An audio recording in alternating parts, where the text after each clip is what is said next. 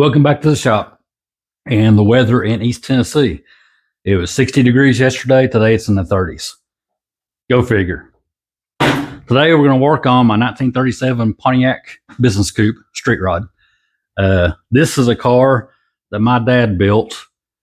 He bought the car all original in 1977. It was all original, great condition, drove it home, original car. Sometime around 78, 79, he started street rodding the car. And this is a true survivor. This is back in the day when you didn't buy a $10,000 chassis to put underneath your car. This is not a kit car. A lot of things these days, you buy new aftermarket expensive stuff and bolt together a car, more or less. This is back in the day when the guys didn't have that much cash to play with. So you built a car with what you had. And back then, you didn't build a car just for show. You built it to use. You built it to drive, to travel, to cannonball down the road with all your buddies, going 300 or 400 miles to maybe another car show, some event. You get out with your buddies. Everybody had CBs. That's how you communicated. This is long before the days of cell phones. And you built these cars to be reliable. You built them to where if you were 400 miles from home, and something broke on the car, you could go to any parts store in town and buy what you needed to fix your car. This car has a fresh 383 small block Chevy in it, which is a stroked 350. It's got a balanced rotating assembly in it. And it has Dad says a 700 R4. I think it may be a 4L60. I've not looked at the date code on it. 4L60 before they went to the 4L60E. So the last of the 700 R4s. Anyway, it's got an updated motor and transmission in it. When Dad first built the car, it had a fresh 350, 4-bolt main 350, and a 350 turbo in it. And he's put 80,000 miles on this car. It's been all over the country, eastern part of the country. It's been to Texas, to Florida. He took it up into Canada. He used to practically daily drive this car. And he would drive it anywhere all over the country he wanted to go. It's always been very reliable. It has a Firebird Trans Am rear end in it, so it's 4-wheel disc brakes. Of course, it's a power disc, power steering, cruise control, air conditioning, tilt and telescopic steering wheel out of a mid-60s Cadillac. It now has Tahoe seats in it that needs new upholstery. It originally had a bench seat in it. This was originally a business coupe, meaning it did not have a back seat in it. The trunk actually came up here to the B-pillar, and it was mostly trunk space for traveling salesmen. So Dad shortened the trunk and put a back seat in it, and I've spent a lot of time in that back seat growing up. Dad did the wood grain on all the trim. This is painted on. He spent a lot of time by hand figuring out what base color to use and how to thin down the black to get the streaking and the wood grain like he wanted. Back in the day, the most expensive part on this car is that Lacara steering wheel. And you can see the wear and tear on that wheel. This car has been driven. You were legit if you had a Lacara steering wheel on your street rod. The front suspension in the car, it's a 72 Camaro front subframe, meaning you cut the original frame off at the firewall and weld on a Camaro front clip. So everything in the front end is Camaro. So today's project, as I said, this car was built over 40 years ago. It's starting to show its age.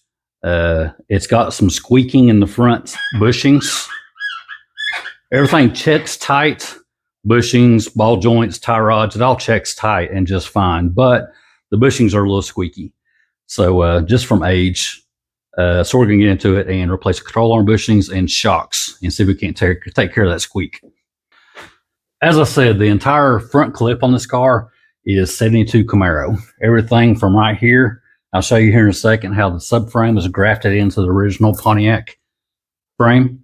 And so the entire front end is Camaro. So you can buy any of the parts off the shelf, especially back in the 80s. Back then, this entire front clip was only about 10 years old. So everything was readily available and very, very common. Much more common than 37 Pontiac parts. But this car, this will give me a chance to go through and double check everything. Brakes, wheel bearings, ball joints and stuff check okay, but I'll still check them and see kind of how they feel with them when they're off the car. Are they starting to get loose, even though they don't have any play in them? And we're definitely changing bushings for sure to get rid of that squeak. This brake caliper socket's probably as old as the car is, 30 years or so. Typically, these GMs take a 3/8 inch hex. I've had that one as long as I can recall. Well over 30 years, I'm sure. I'd said before, the motor and transmission in this car are fresh. Dad put 78,000 miles on the original motor and transmission that he built first when he first put the car together.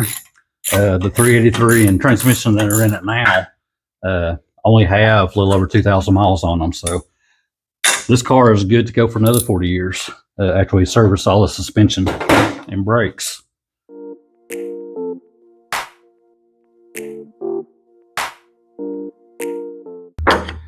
It's so easy to do in these old cars. Unlike the hub units on the newer cars, these actually had real bearings in them that you could replace, you could pack, you could look at them, you could service them. It looks absolutely perfect in there. Nice, clean, black wheel bearing grease. There's no reason to go any further with that. In Dad's basement for probably 2 years after he put the motor and stuff in it. The motor had a weird noise in it, and he was afraid it was valve train noise. This is a new, fresh motor. And he's to the point where he's unable to work on the car anymore, can't lean over the fenders and do that kind of thing because of his back. So it sat in his basement for a couple of years, and he decided to go and pass it on down to me. So it's now my car. And of course, I got into it to see what the problem was. I found a leaky intake gasket. So it had a massive vacuum leak. So it was not valve train noise. So it was a pretty easy fix. So anyway, the car's back on the road now. I've put 1,200 miles on it in the past year and a half or so since I've had it. And glad to see it back on the road. A lot of people tell me to update it, lower it, change wheels. No, this was my dad's car. This is a car that he had while I was growing up. There's a lot of sentimental value here. My dad built this car. So I don't plan on changing anything, at least anytime soon. Maybe one day, way on down the road, but no plans in the near future to do anything to this car other than maintain it and enjoy it. This is the way Dad built it. I like it how it is, and that's how we're going to leave it. Should start on the other side of the car, closer to the tool bench. Pull these rotors off, and then we'll pull that upper control arm and get into the bushings like we intended to start with. Oh yeah, those bearings look brand new. Not a spot on them. Fantastic condition.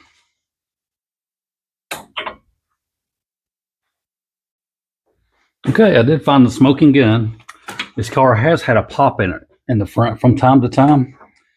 If you can see there, I jacked up the lower control arm enough to get the upper control arm off of the bump stop so that you can actually feel what's going on in the ball joints. And there's movement in this bushing here. This bushing is bad. It actually does move in and out. So it definitely needs bushings. They are wore out. They are showing their age for sure. And actually these ball joints do feel a little worn. I might have to take care of ball joints while I'm here as well. If nothing else, the boots are absolutely shot. So ball joints are not a terrible idea while we're here. Full rebuild.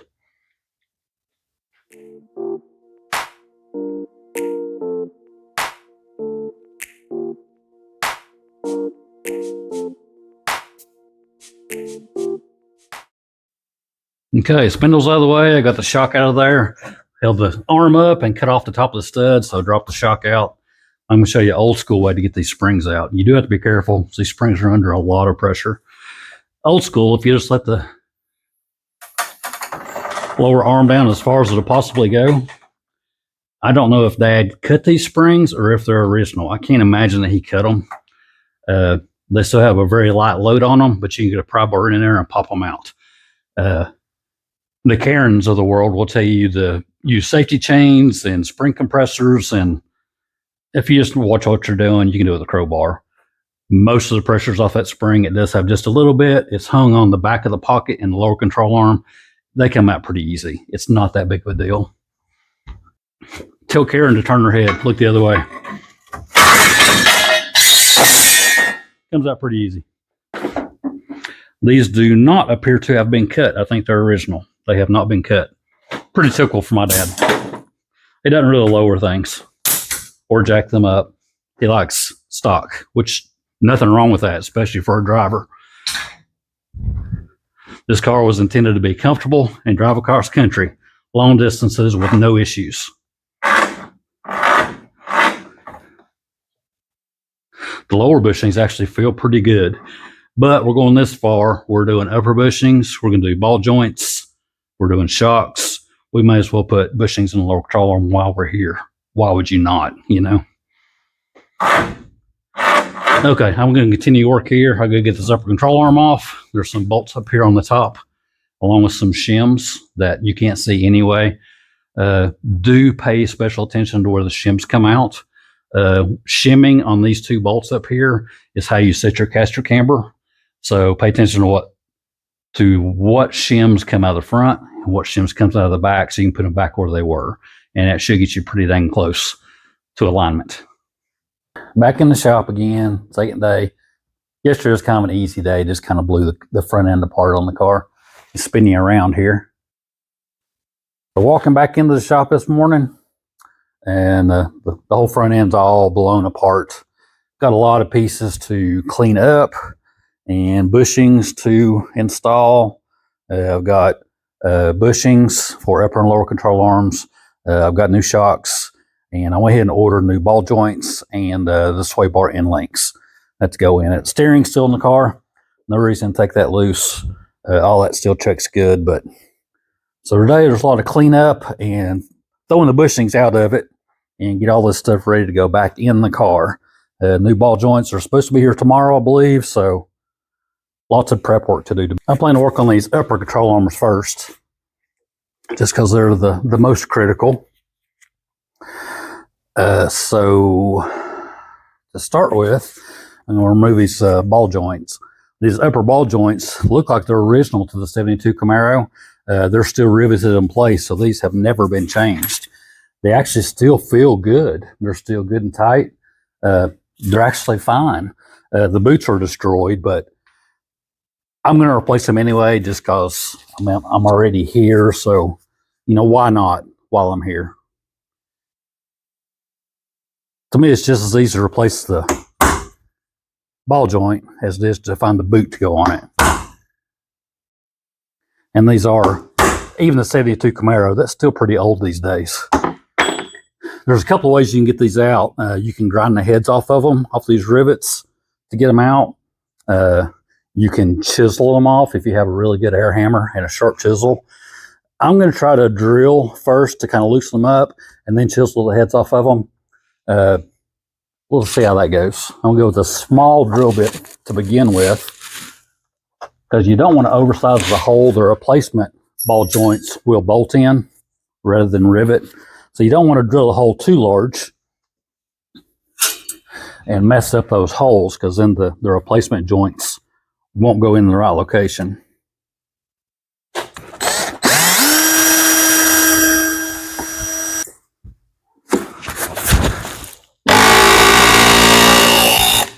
Do make sure you wear safety glasses and ear protection when you do this. Also, a really sharp chisel would do wonders, which I don't have.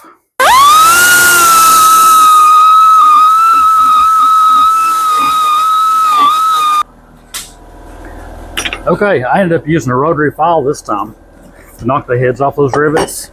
In theory, it should fall right out of there now, but they don't.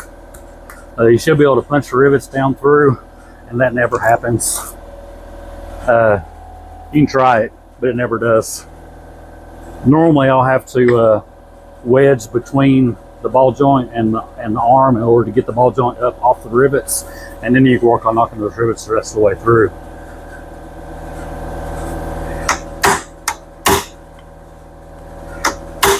Well, this one's actually going to work.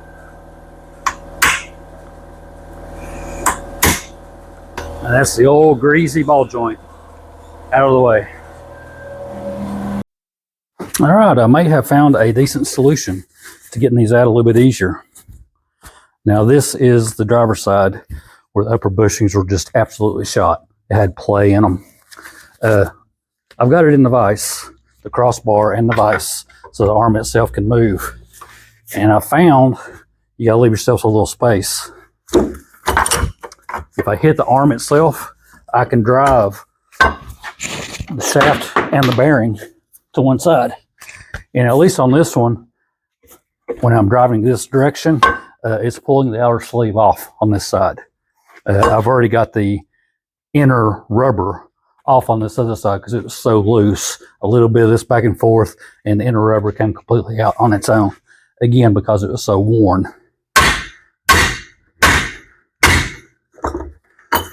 It looks like I might be able to get one of the sleeves out this way. Once you get that cross shaft out, then you can use a big hammer on this other sleeve and just knock it out.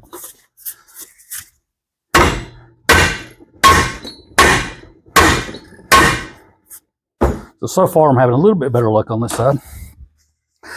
Still not enough to get the shaft out, but I'm getting close. If I get the rest of that rubber out of there, then I think it'll come fairly easy.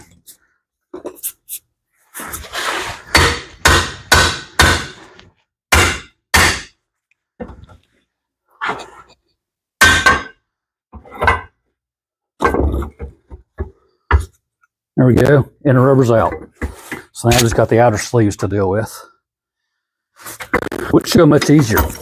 There's a chance I can get the bar out of there now. Maybe. No, one of them sleeves has to come out so I can get the bar out. This sleeve is already moving a little, so I'm gonna work on that side and see if I can't get it to get them the rest of the way out. A little easier. Hopefully just a hammer.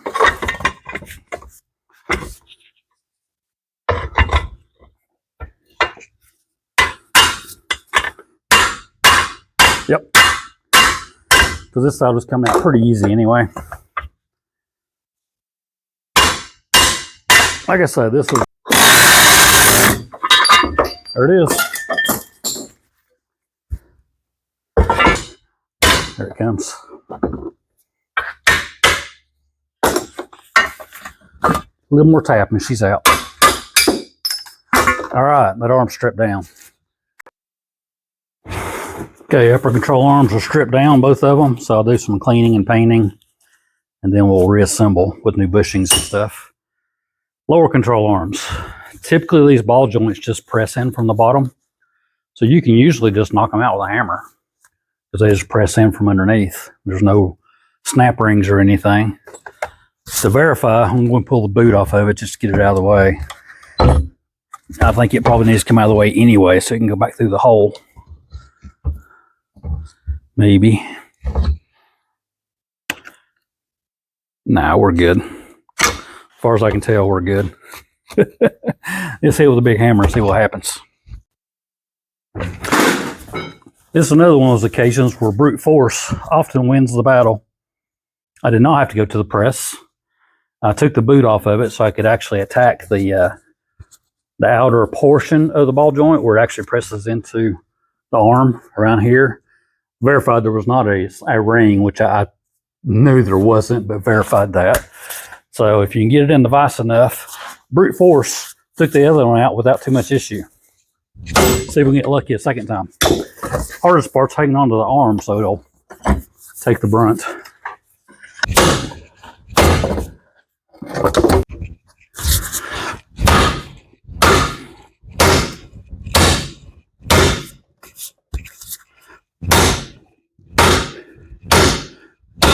Yep, starting to move. There we go. Who needs a press?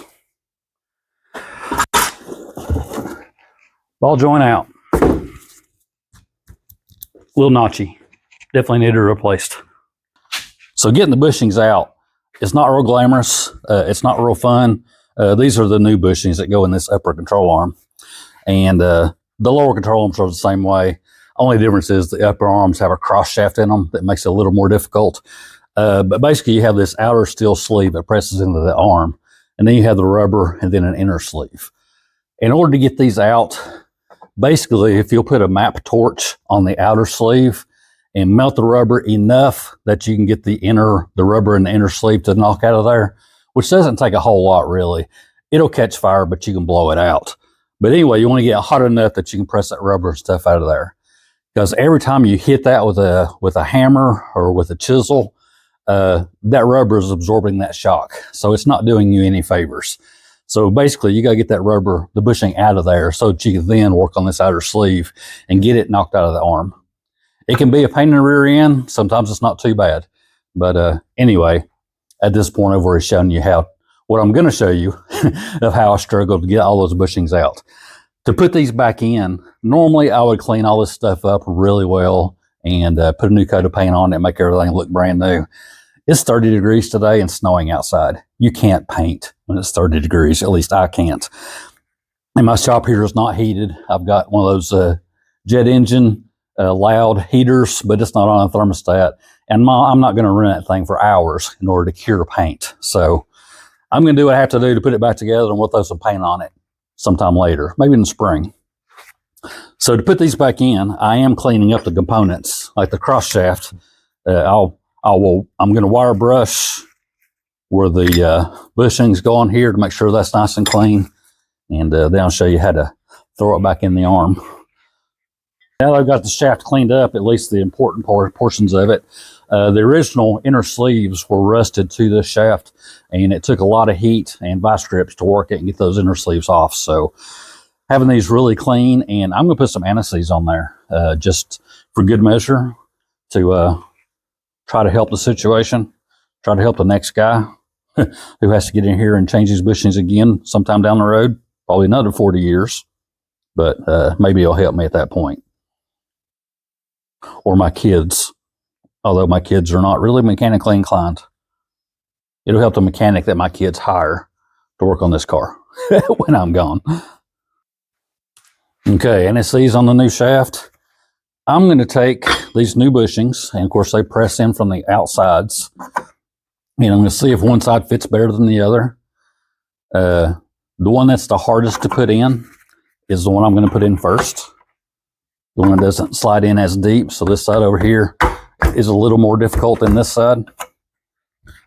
Also double check that your cross shaft will fit through the hole. On some cars they will not, and you have to work them in from the inside. So in that case you got to do both bushings kind of at the same time.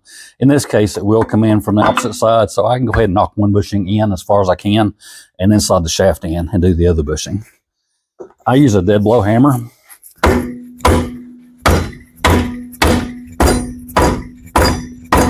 Knock that bushing in as far as I can get it.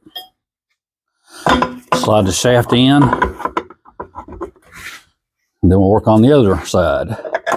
Same deal. Dead blow hammer as far as I can get it.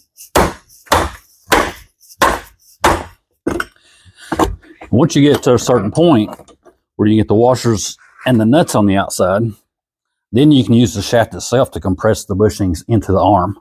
So that's kind of the goal.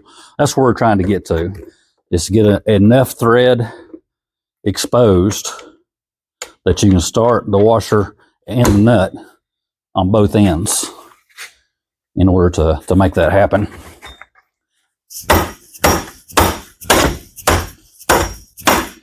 And you could use a big socket on here to hammer on that sleeve if you wanted to.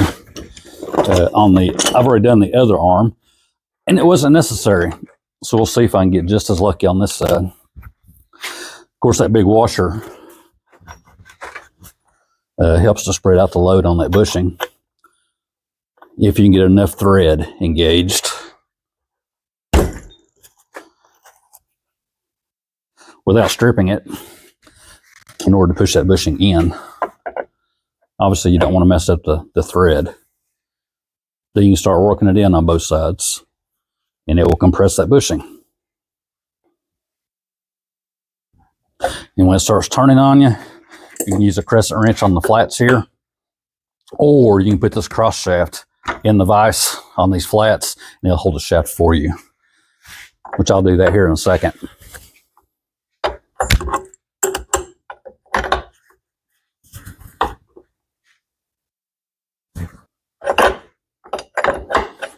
When you go to put it in the car, you do have to back these nuts back off because you're not supposed to tighten these nuts until the car has its the weight on it.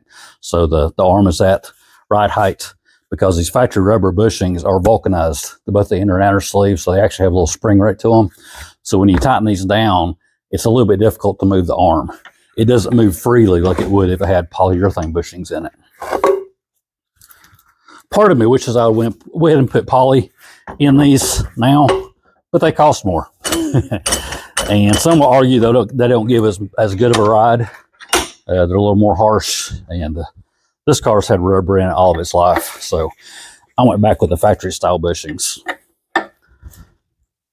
You can see now the arm moves pretty freely, so we're going to compress these all the way in order to set the bushings, and then we'll back them off to install them in the car.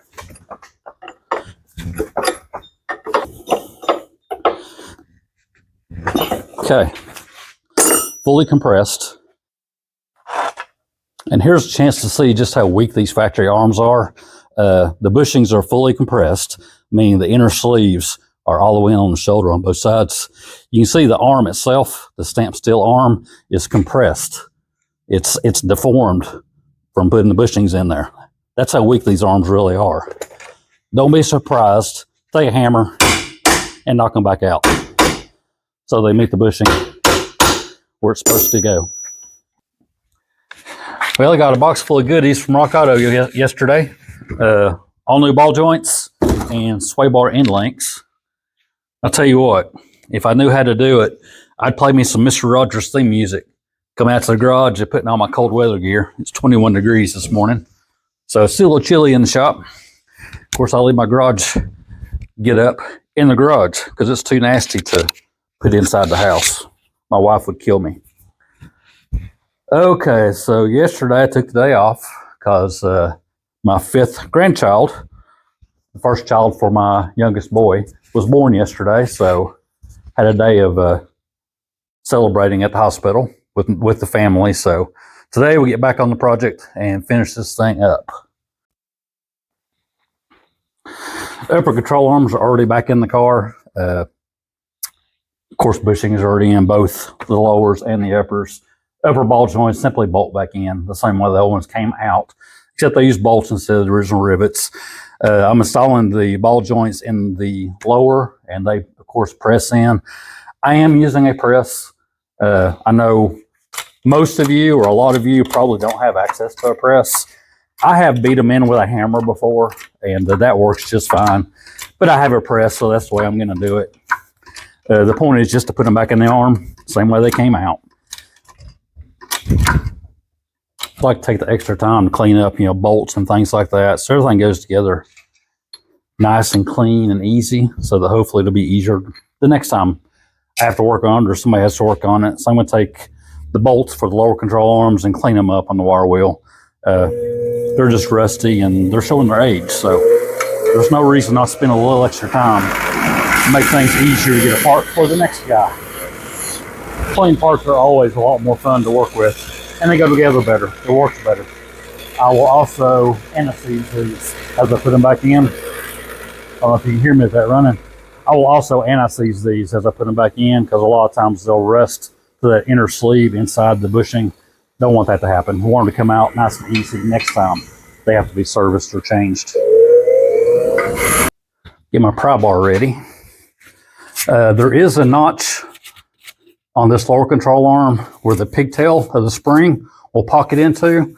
So you're going to try to end up with the spring seated into that pocket. You want it to be the same on both sides. So you can stick the top part in and then start working in the bottom. Yeah, this one's going to be difficult. Okay, I can get this with a crowbar. I'm reaching with a crowbar through the shock hole in the back and underneath the coil, and I'm able to pry the coil back kind of where it goes into the pocket, and then I'll jack up the arm to kind of lock it in place.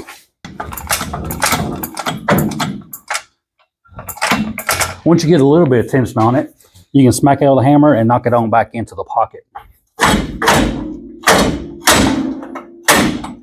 I was able to smack it back in just using the crowbar and to leverage it back in there. And I'll finish it off with a hammer and grab one here.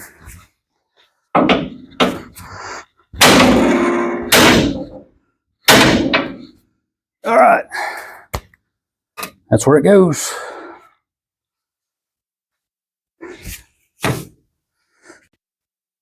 Okay, suspension's back together, sway bar's on. I still got to hook up my tie rods. Now that I'm finished loading suspension and tightening up the bushings, the control arm bushings, don't forget to grease your new ball joints. I went and stuck the grease fitting in the lower joint now that I'm finished jacking on that point. And these new ball joints are definitely much stiffer than the old ones were. So don't forget to put grease in them or you'll destroy your new joints. Well, after getting the car all back together, I took it out for a drive to settle the suspension because I want to make sure the bushings and the springs and everything find their new home where they're going to want to live. So I took it out for a spin. For you, that may be your drive to the alignment shop. About a year ago, I decided to do my own alignments at home. I had some issues with my silver Dodge truck where it was destroying front tires. It would actually wear the front tires. It'd be thicker on the inside and thinner on the outside, tapered from inside to outside. Not just wearing the outside edge, the whole tread was tapered from inside to outside. I took it to a couple of different alignment shops. Every time I took it, it didn't change or it got worse. I even went to the best shop in town with the best reputation, the most expensive place in town, and they told me it's because of the mud tires. Mud tires just do that. And the only thing that you can do is rotate them more often. Well, it was destroying front tires faster than you could rotate to compensate for the wear. It's just, that was not the right answer. So I decided, you know what? I'm going to buy the equipment and do it myself. I can see what the tires are doing. I think I can compensate the alignment to kind of make up for it. And I can't do any worse, you know, and with the right equipment, I think I spent around $240 for the equipment to do this. And, you know, about 3 alignments. Alignment these days are like $80. So it doesn't take long to pay for the equipment. And now I can tweak the alignment a little bit according to what I see in the wear of the tires. So I'm going to check the alignment on the car. In theory, it should be pretty dang close to what it was before. I don't know what the specs were before, but I know in my mind what I would like for them to be. So I'm going to measure the alignment on it, caster, camber, and toe, and see what it looks like. The car drove great. It actually drove much tighter than it did before. I was considering upgrading sway bars on the car, especially the rear sway bar, because I had quite a bit of body roll. I swear those new shocks, and I suppose the bushings, it tightened the car up. It doesn't have the body roll that it had before. So who knows? Maybe shocks on the back. Maybe that solves that problem. I'm going to check the camber on the car first. So I got this fancy adapter to bolt to your wheels. And then this caster camber gauge that sticks right here on the middle. So it looks like my camber. Looks like it's about 1/4 degree positive. I'd rather see negative, to be honest. Normally you want the top of the tire tilting in 1/2 degree to 1 degree. So right now it's telling me that the top of the tire is tilted out about 1/4 degree. I may have to change those shims in there and pull pull it in just a little bit. I don't really like that number. To measure caster, you turn the wheel so it's 20 degrees this direction, and this machine spot here, you kind of level it straight to the side of the car, and then you zero the gauge, and then you turn it 20 degrees the other direction, and it tells you what your caster is. That looks about right. Flatten the gauge. Caster, we've got, oh wow, it's only got about 1 1/4 degrees of caster. That's not very much at all. Caster is your return to center feel. Okay, to check toe, I'm using these toe plates like you do on a race car. and see what those numbers look like. 71 1/8. Yeah, it's got about a 32nd of toe in, so that's really, really good. Typically, you want about a 16th of toe in. So that's really good, 1/32 toe in. So the toe I'm happy with. It's almost dead straight. It's got just a touch of toe in. I'm good with that. Okay, I wrote down all my numbers after checking the alignment. And it is pretty consistent side to side, so I don't think what we did to it changed the alignment. I think alignment is pretty much dead nuts where it was before. I'm not happy with the numbers, so I'm going to go in there and play with the shims on it and see if I can't make it drive just a little bit better. As far as toe in, typically you want it to be towed in about a 1/16 of an inch, 20/16 and 1/8. This one measures about 1/32, so it's just barely towed in. As long as it drives okay, I'm good with that. On my Ram truck, it was in spec originally, and I ended up putting it dead straight, no toe in at all, and it drives just fine. And that really helped the tire wear on that car. So as long as it's not wandering around and it drives okay, I'm okay with 1/32 toe in. And if I was doing it from scratch, I'd probably set it at about a 16th and see where that goes. So toe in, I'm good. Camber, which is how far the top of the tire is leaning in or out. Typically, you want them leaning in between 1/4 of a degree to 1 degree at the most, especially on a performance car, so it handles a little better. And a lot of that is so it plants the tire in a turn. And when you are in a turn, the tire will tend to roll, especially these tall sidewalls on these 15-inch wheels. So you want the top of the tire leaned in just a little bit of negative camber. This car measures left side, driver's side, it has 3/4 of a degree of positive camber, so the top of the tire is leaned out just a hair. This side, passenger side, has 1/4 of a degree of positive camber. So again, it's leaned out just barely. Typically, I think you'd want it either at 0 or leaned in just a hair. So I think I may play with that a little bit. The caster numbers, I'm really not happy with. The caster is your return to center feel, and that can really affect how it wanders and how it drives. It's got 1.5 degrees on the passenger side and 1 3/4 degrees on the driver's side, left side.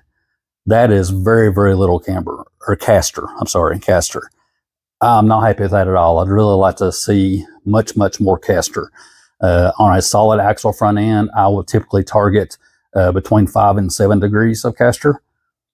A lot of newer cars will run as much as 10 degrees of caster for a really strong return to center feel on these new rack and pinion steerings.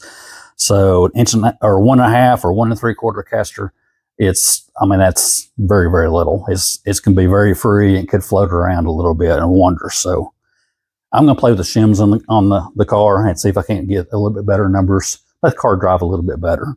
But all right, alignment's done on the car now. Got the numbers to where I'm much more happy with them. Let's see, I got right the camber, so the tops of the tires are leaned out just a touch. So I've got them leaning in 1/2 degree, 3/4 of a degree on both sides. Caster, I got it up to between 2.5 and 3 degrees. It was only 1.5 degrees. If you don't have enough caster, that is your return to center feel. But if you don't have enough caster, it can tend to wander a little bit. So more caster is better. It makes it, ride the road a little better. And then I got toe set to about a 1/16 of an inch toe in. So overall, I'm fairly happy with the numbers. I like to have had the caster a little bit higher, but these numbers, or these older suspensions, even the Camaro suspension, 72 Camaro still, 50 years old? Hard to believe, 50 years old, 52 years old. Often those cars, would only do about 3 degrees, 3.5 degrees is about the most you can get in those suspensions without some custom upper control arms. I suppose you might be able to get like an offset ball joint or something, but that's about as much caster as you can get in those. Just don't have enough adjustment to get more caster and still have a reasonable camber. So I feel like I've got the alignment as good as I can get it. Give the suspension that's under it. I think it'll drive a little better. Not that it drove bad before, I think it'll track a little better. I think it won't wander quite as much. Anyway, front of the car is all rebuilt now. Bushings, ball joints, shocks, sway bar end links. It's good to go. I should probably change the tires on it. The date code on the tires is about 8 years old at this point. I think they're 2016. So I'll probably change the tires on it because you really don't want a blowout on a 37 Pontiac and tear up a fender. You can't just order a new fender for a 37 Pontiac.